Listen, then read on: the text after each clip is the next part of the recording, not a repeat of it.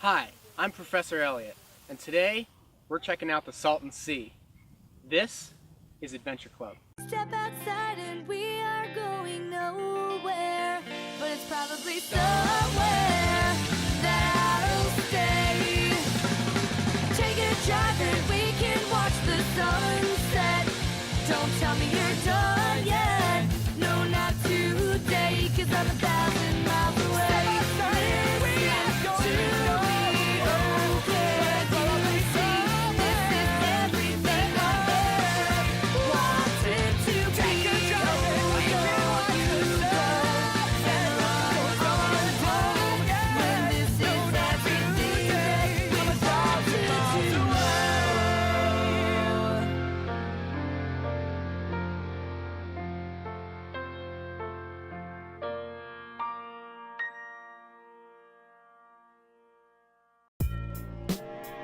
For that day's journey, we had to travel 3 hours south towards the Salton Sea.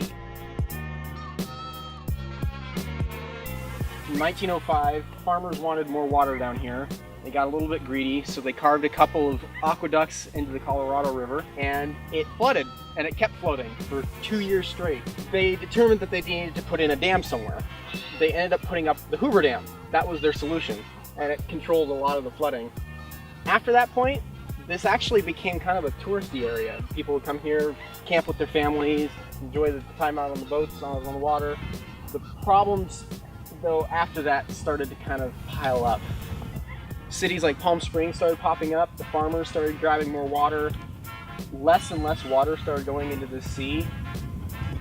Yeah, right now the only water that's going in there is the farm runoff. So you remove the water pouring in, and it drives the concentration of salt up. Yeah, because now all that's left is water's evaporating, leaving behind saltier water. This is unfortunate. It is. At the time that this first filled up, part of Los Angeles was still wetlands.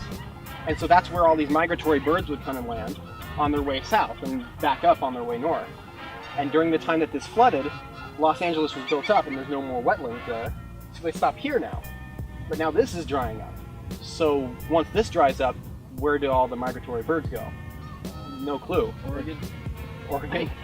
They don't stop, they just keep on flying. Not California. Not California, screw that place.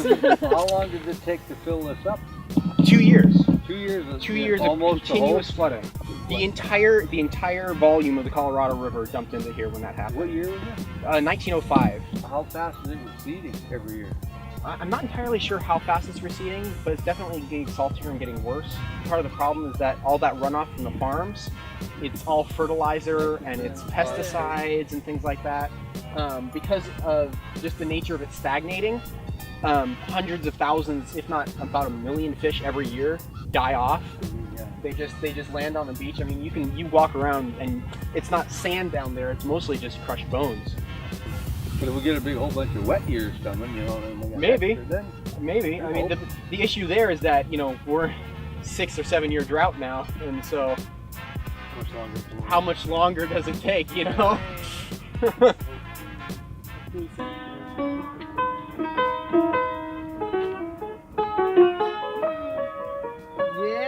I got money. This whole front area of Bombay Beach flooded. A lot of these were houses. We're standing in the middle of one of those houses right now. They abandoned the area and built this entire levee back here to keep it from flooding their houses again. I'm gonna make the fishbone snowman. You should do that. I think that would be really entertaining. Fishbone angel. When there's fish bones, you make a fishbone angel. Say it matter of fact. That's just what you do. Sounds like a terrible plan.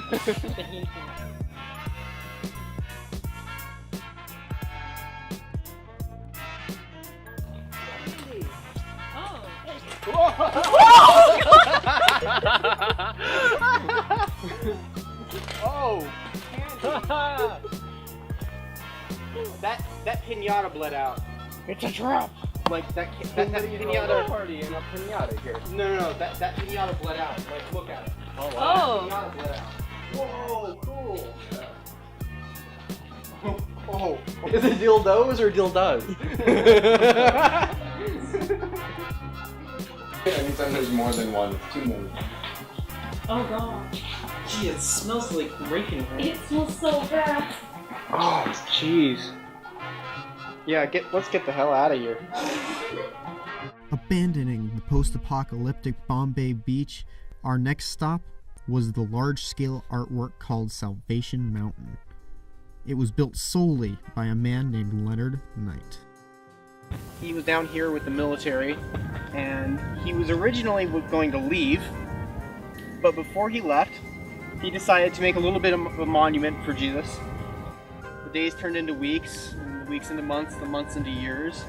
Eventually, he started incorporating piles of sand with concrete and junk that he would find, and painting the entire hill that way, until a storm came through.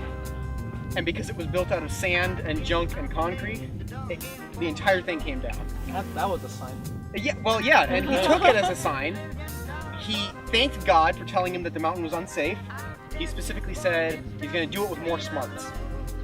And so he learned how to use native techniques with adobe and straw, and that's what this one is currently made out of, is adobe and straw. Well, that's some vertigo.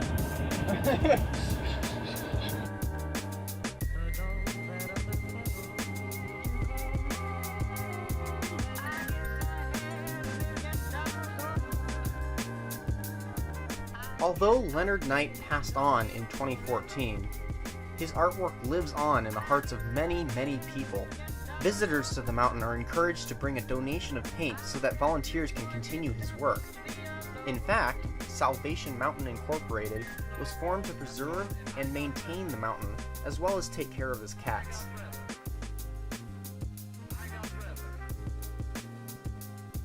While the artwork has not yet received any official protected status, it has become somewhat well known. Senator Barbara Boxer, in a comment to President Bush in 2002, said, "It is a sculpture for the ages, profoundly strange and beautifully accessible, and worthy of the international acclaim it receives."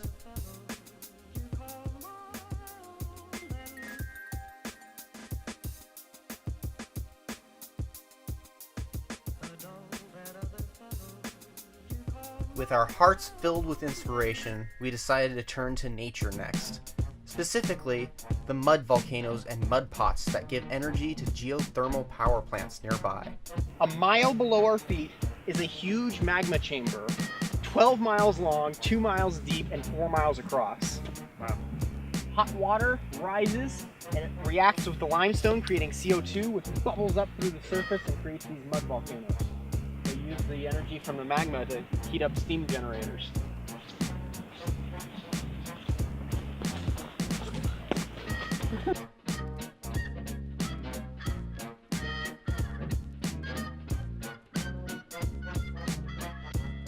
Like I was saying earlier, carbon dioxide gets formed from the reaction between the water and the limestone. That's what you're seeing bubbling up here.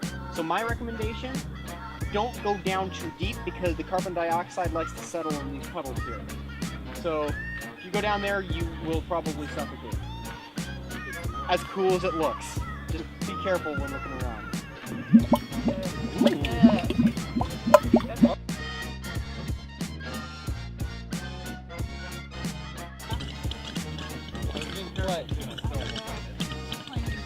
So these are the the mud pots? And the Yeah, mud... so these are mud pots down here.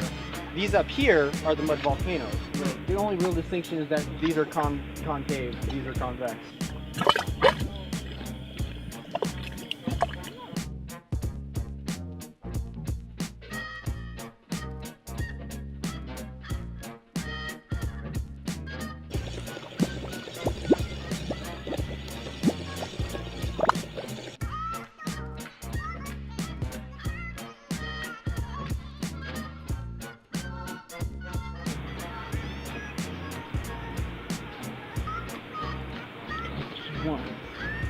Just one bird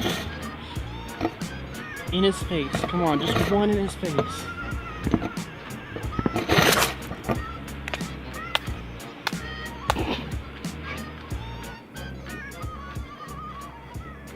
So, I'm kind of feeling lightheaded, like I'm breathing in too much CO2. Yeah, maybe it's time to head back. Yeah, it's a good idea. It'll be okay.